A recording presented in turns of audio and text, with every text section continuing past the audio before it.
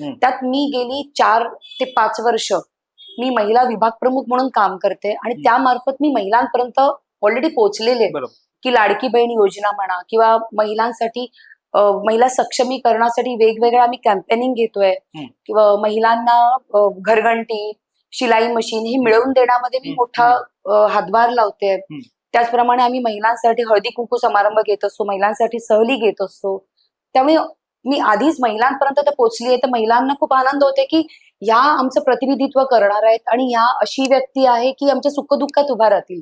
त्यामुळे आज मतदार पण फार खुश आहेत आणि मला खूप पॉझिटिव्ह रिस्पॉन्स मिळतोय. बघा, सिद्धिविनायक मंदिर आहे, तिथे मंदिरासाठी तर मंदिर न्यासाच्या वतीने बऱ्याच उपाययोजना केल्या जातात. पण माझं काम म्हणजे तिथल्या नागरिकांसाठी आहे की आज सिद्धिविनायक मंदिर आहे, पण तिथे लाखोच्या संख्येने भाविक येतात. त्यामुळे तिथल्या स्थानिक नागरिकांना फार अडचणींना सामोरं जायला लागतं.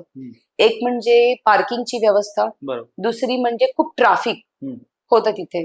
तर या गोष्टींसाठी मला नक्कीच ठोस मी याच्यासाठी उपाय सुचवणार आहे आणि तिथली जी ट्रॅफिकची समस्या आहे ही माझ्या परीने मी 100% ही दूर करणार.